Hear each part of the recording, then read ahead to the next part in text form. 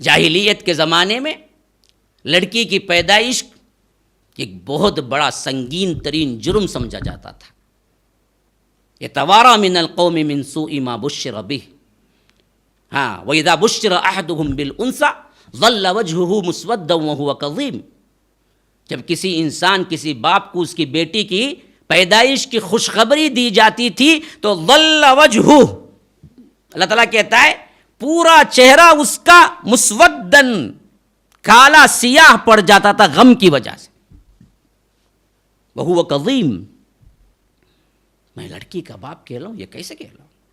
یتوارا من القوم من سوء ما بشر به. اپنی قوم سے چھپے چھپے پھرتا تھا کہ میں چہرہ کیسے بتلاؤں کہ مجھ کے میرے گھر کے اندر بیٹی پیدا ہوئی ہے. چھپا چھپا پھرتا تھا اور خیال کرتا تھا ایمسکہ علی ہون ام یدسہ فی التراب. کیا میں اس کو رکھوں ذلت کے ساتھ یا زمین کے اندر اس کو دبا دوں؟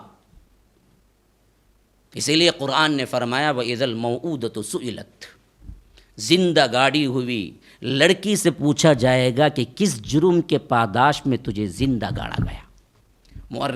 مفسرین اس میں بڑا اہم ترین نقطہ بیان کرتے ہیں. اللہ نے یہ نہیں کہا کہ زندہ گاڑنے والے سے پوچھا جائے گا کہ تو نے کس جرم میں اپنی بیٹی کو زندہ گاڑا، یہ نہیں پوچھا. قرآن میں اللہ نے کیا کہا؟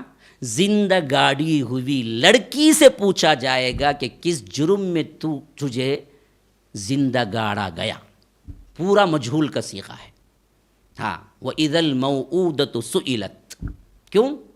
جس نے زندہ گاڑا، جو باپ نے اپنی بیٹی کے ساتھ یہ سلوک کیا، رب العالمین اس پر اتنا غصہ ہے، اتنا غصہ ہے، اتنا غصہ ہے. مفسرین کہتے ہیں کہ اس واسطے حشر کے میدان میں بھی رب اس سے بات کرنا نہیں چاہتا، مخاطب ہونا نہیں چاہتا. اس واسطے کہتا ہے کہ ہم زندہ گاڑی ہوئی لڑکی سے پوچھیں گے کہ کس جرم کی پاداش میں تجھے زندہ گاڑا گیا.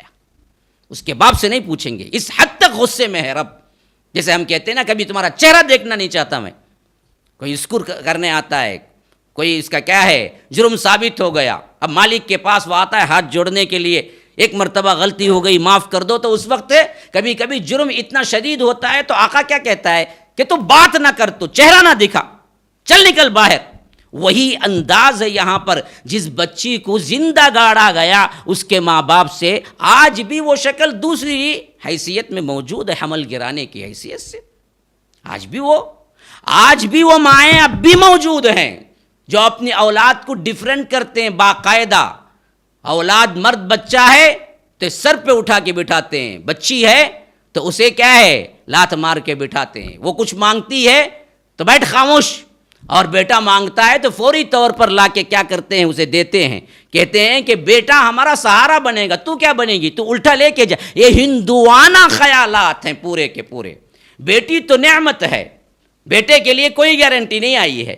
فرمایا اللہ کے رسول صلی اللہ علیہ وسلم نے جو 2 بیٹیوں کو پرورش کرے اور اسے اچھی تعلیم دے اور اسے اچھی جگہ رشتہ کرائے، شادی کر کے رکھے، اس کے لیے میں جنت کی ضمانت دیتا ہوں. ایک حدیث میں تو الفاظ ہیں کہ میرے ساتھ جنت کی ضمانت دیتا ہوں، میری معیت میں، میرے پڑوس میں 3 لڑکیوں کے لیے. ایک صحابی اٹھے، پوچھا اللہ کے رسول 2 لڑکیاں؟ کہا کہ 2 کے لیے. اور راوی بیان کرتے ہیں کہ اگر کوئی اٹھ کے اس وقت پوچھتا اے اللہ کے رسول 1 کے لیے، تب بھی اللہ کے رسول کہتے کہ اس کے لیے بھی.